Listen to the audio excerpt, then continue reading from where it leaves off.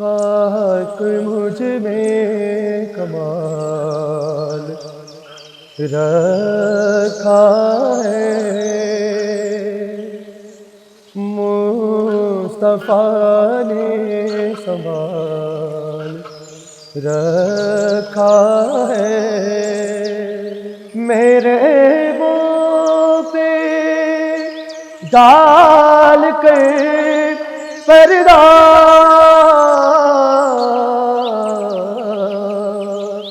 مجھ کو اچھوں میں ڈال رکھا ہے۔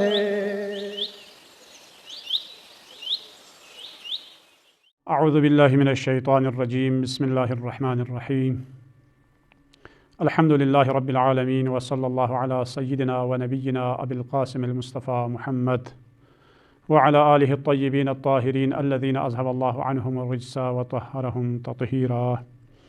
اللہم صل علی محمد وآل محمد، ولعنۃ اللہ علی اعدائہم ومنکر فضائلہم وغاصب حقوقہم من یوم عداوتہم الی قیام یوم الدین۔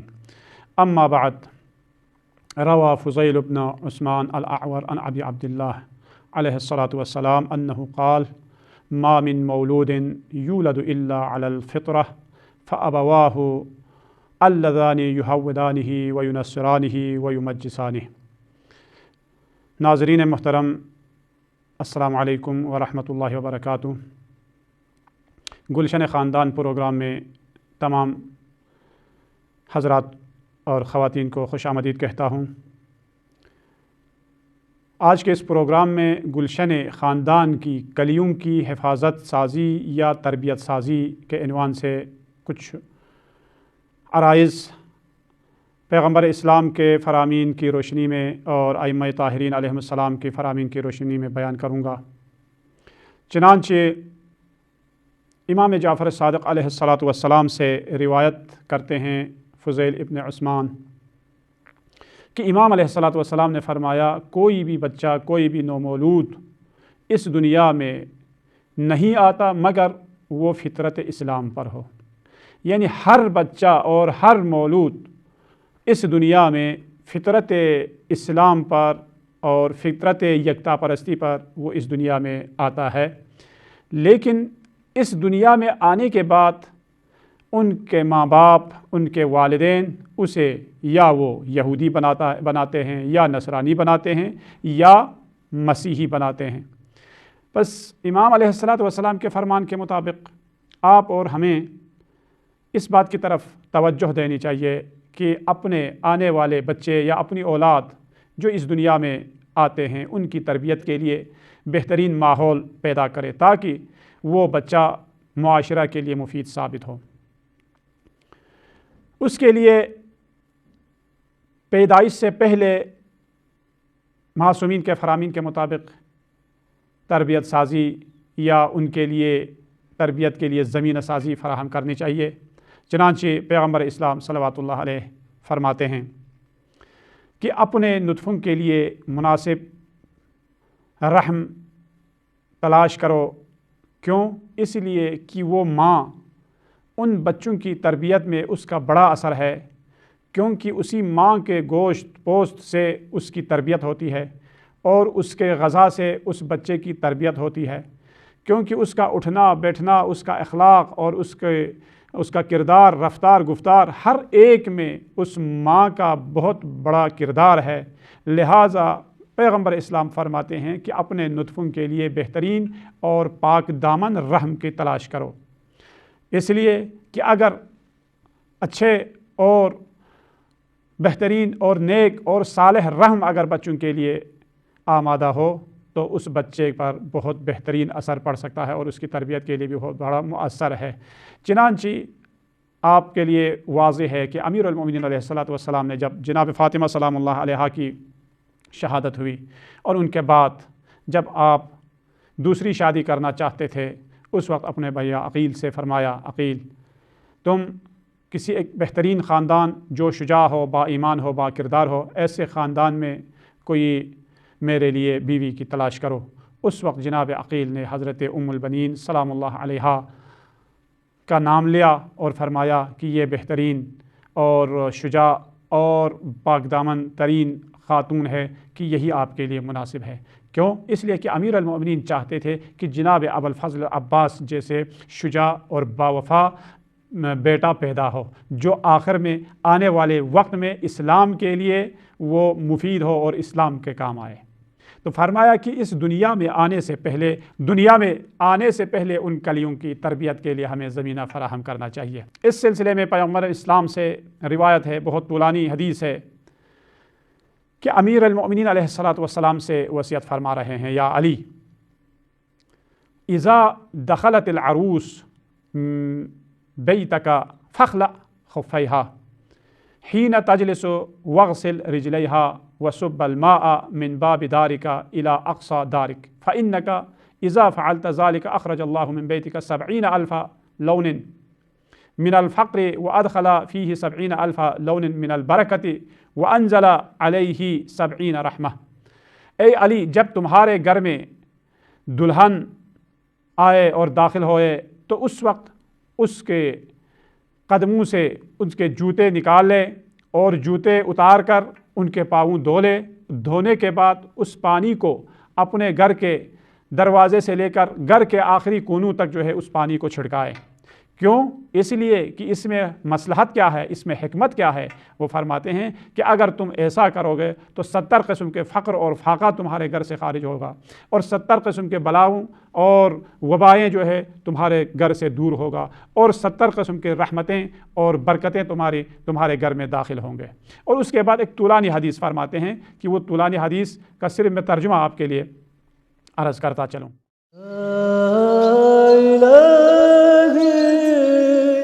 یا الہی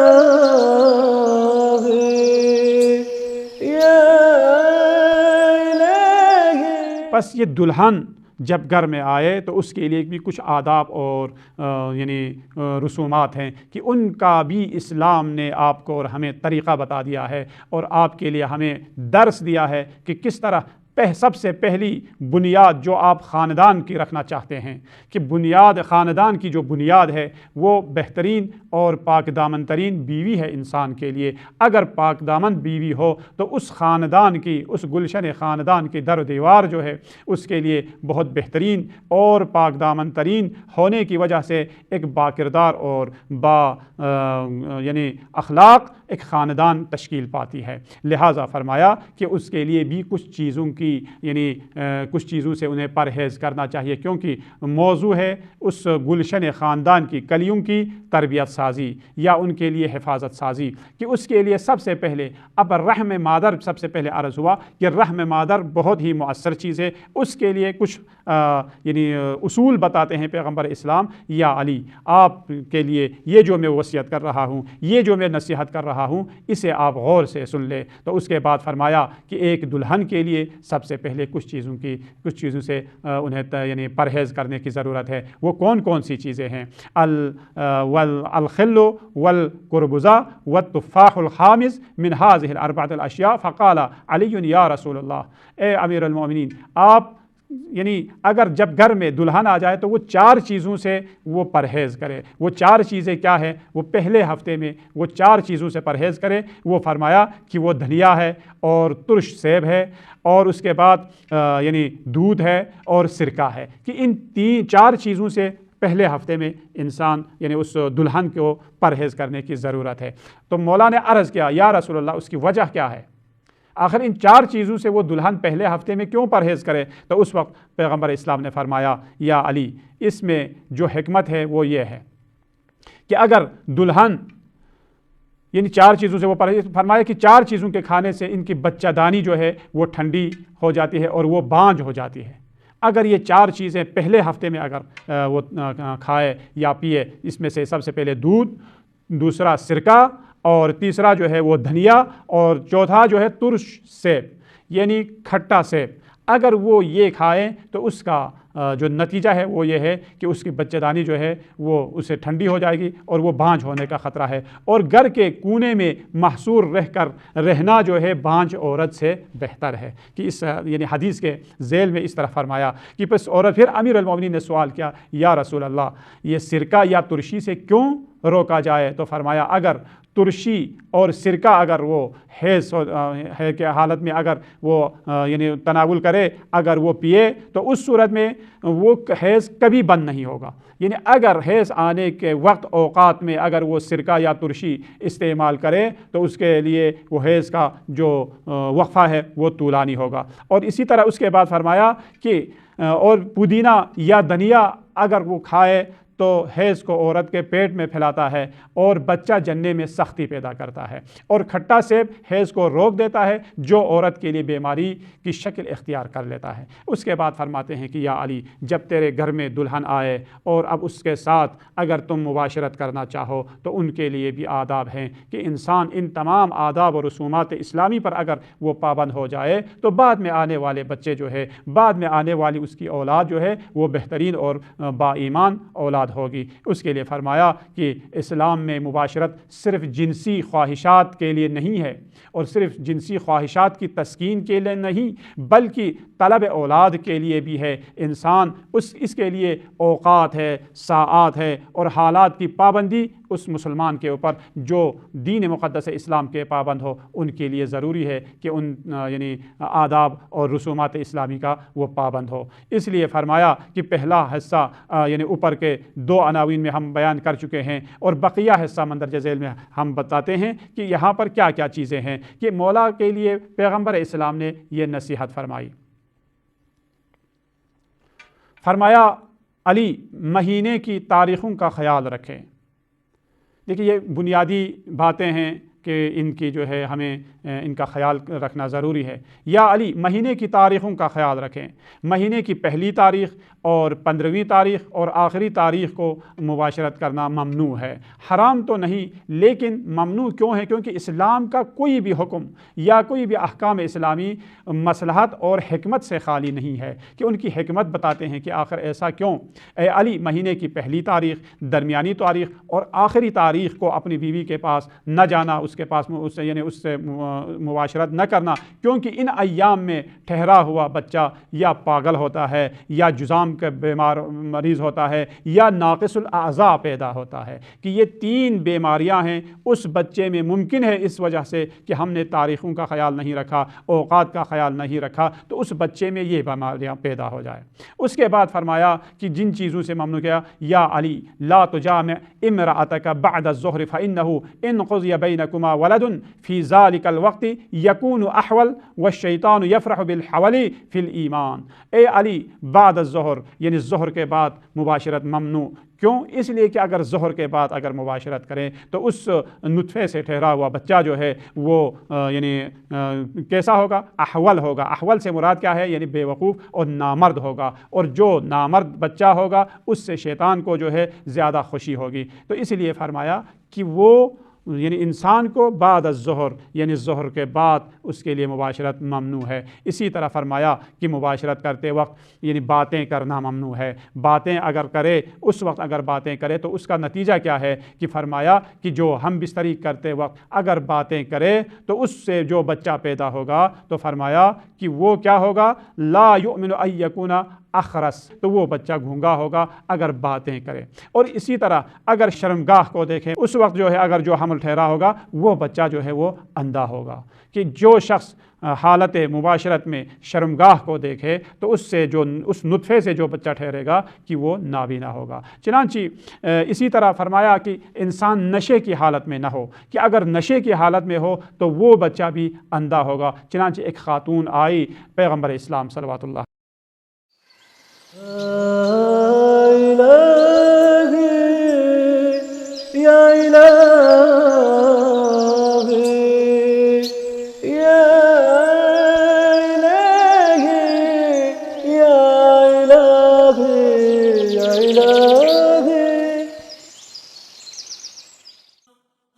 کہ وہ خاتون کہنے لگی کہ یا رسول اللہ میں اللہ تبارک و تعالیٰ کی عدالت پر میں ایمان نہیں رکھتی، مجھے شک ہے اللہ تعالیٰ کی عدالت پر کہ یعنی نعوذ باللہ اللہ عادل نہیں ہے۔ تو پیغمبر اسلام نے فرمایا کیوں ایسا ہے؟ تو انہوں نے کہا یا رسول اللہ میرے ہمسائے کو بہترین بچہ عطا کیا ہے جو صحیح اور سالم ہے، لیکن میرے ہاں جو بچہ ہوا ہے وہ اندھا پیدا ہوا ہے۔ اس وقت رسول گرامی اسلام صلوات اللہ علیہ کچھ دیر کے لیے آپ بالکل خاموش رہے، اور اس کے بعد فرمایا اچھا یہ بتا کہ تیرے شوہر تیرے پاس آتے وقت کیا اس وقت وہ نشے کی حالت میں تو نہیں تھا؟ اس وقت انہوں نے کہا کہ ہاں وہ نشے کی حالت میں تھا، وہ شراب پیا ہوا تھا جب وہ مجھ سے ہم بستری کر رہا تھا۔ تو اس وقت پیغمبر اسلام نے فرمایا اگر ایسا ہے اپنے اوپر لعن بھیجو۔ کیوں؟ اس لیے کہ پیغمبر اسلام نے فرمایا کہ جو بچہ نشے کی حالت میں مباشرت سے ٹھہرتا ہے کہ وہ بچہ اندھا ہوتا ہے۔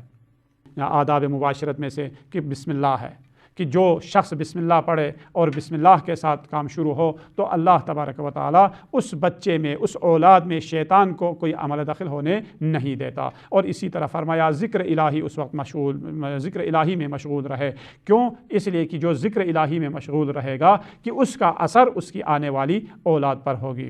اور اسی طرح فرمایا میاں بیوی یعنی اپنے صفائی کے لیے بھی تولیہ الگ کریں۔ دیکھیں پیغمبر اسلام نے یہ تمام طولانی حدیث ہے کہ تقریباً 2 صفحات پر مشتمل ہے، میں نے اس سے یعنی ایک عنوان الگ الگ کر کے یہاں پر آپ لوگوں کی خدمت میں ذکر کیا ہے۔ تو اس وقت فرمایا کہ تولیہ الگ رکھے۔ کیوں؟ اس لیے کہ اگر تولیہ الگ نہ رکھیں تو انسان کے درمیان میں محبت میں کمی آ جائے گی، اور ایک ہی تولیہ اگر استعمال کریں تو ممکن ہے کہ وہ جدائی اور طلاق کا بھی سبب بنے۔ فرمایا یا علی لا تجامع امرأة الا ومعک خرقۃ ومع اہلک خرقۃ ولا تمسحها بخرقۃ واحدہ۔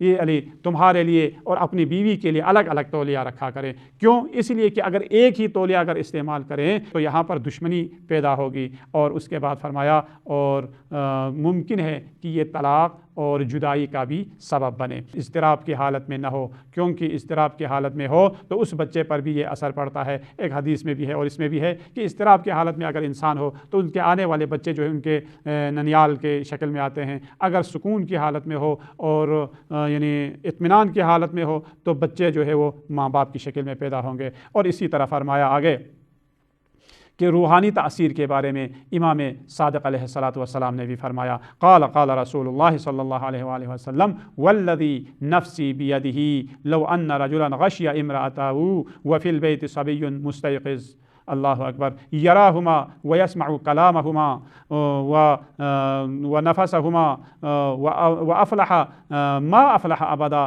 ان کان غلاما کان زانیا او کان جاریتا او جاریتا کان زانیہ۔ اللہ اکبر۔ امام علیہ السلام نے یہ حدیث بھی پیغمبر اسلام سے نقل کی ہے کہ پیغمبر اسلام نے فرمایا کہ اے لوگو یعنی اپنی بیوی کے ساتھ اگر تم ہم بستری کرو تو اس وقت ایسا نہ ہو کہ اس کمرے میں کوئی بچہ جو ہے وہ بیدار ہو، اور وہ بچہ اگرچہ وہ بچہ ابھی یعنی مکلف نہیں ہے یا اسے اتنا شعور نہیں ہے کہ وہ بچہ جو ہے ان چیزوں کو نہیں سمجھتا، لیکن پھر بھی اگر وہ بچہ بیدار ہو اور تمہاری سانسیں یا تمہاری آوازیں جو ہے وہ سن رہا ہو تو اس کا نتیجہ کیا ہوگا؟ اس کا نتیجہ بہت بڑا خطرناک نتیجہ ہے کہ اگر اس حالت میں اگر تمہارا کوئی بچہ ٹھہر جائے تو وہ زانی ہوگا، اور اگر بچی ٹھہر جائے تو وہ زانیہ ہوگی۔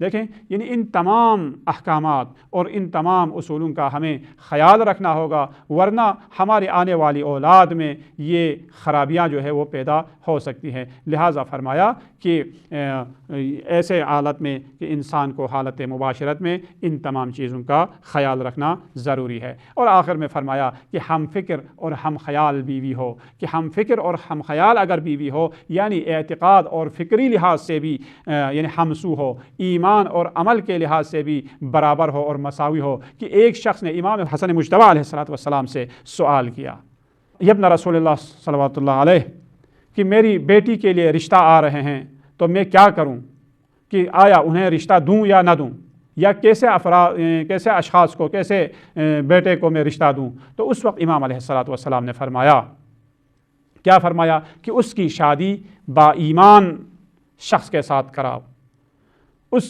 بچی کی شادی پرہیزگار شخص کے ساتھ کراؤ۔ کیوں؟ اگر وہ تیری بیٹی سے محبت رکھتا ہے تو وہ اس کا احترام کرے گا، اگر تمہاری بیوی سے یعنی تمہاری بیٹی سے اگر اسے عشق ہو تو وہ اس کا احترام کرے گا، لیکن اگر اسے تمہاری بیٹی جو ہے وہ پسند نہ آئے تو اس پر کبھی ظلم نہیں کرے گا۔ تو عزیزان محترم کہ یہ گلشن خاندان کی کلیوں کی حفاظت اور اس کے لیے زمینہ سازی ہے کہ حالات مباشرت میں کن چیزوں کا ہمیں خیال رکھنا ہے اور کن چیزوں سے ہمیں پرہیز کرنا ہے، کہ یہ عرائض آپ لوگوں کی خدمت میں عرض ہوا۔ انشاءاللہ اللہ تبارک و تعالی ہم سب کو دین مقدس اسلام کے فرامین اور احکامات پر عمل کرنے کی توفیق عطا فرما اور ہم سب کو اپنی اولادوں کی صحیح تربیت کرنے کی توفیق عطا فرما۔ پروردگارہ ہماری یہی دعا ہے کہ ہم سب کی اولادوں کو اولاد صالح بنا دے، جو دین اور دنیا اور آخرت دونوں کے لیے جو کام آئے اور جو ہمارے لیے باعث مغفرت ہو اور باعث رحمت ہو۔ والسلام علیکم ورحمۃ اللہ وبرکاتہ۔ اللہ یا قابل التوبہ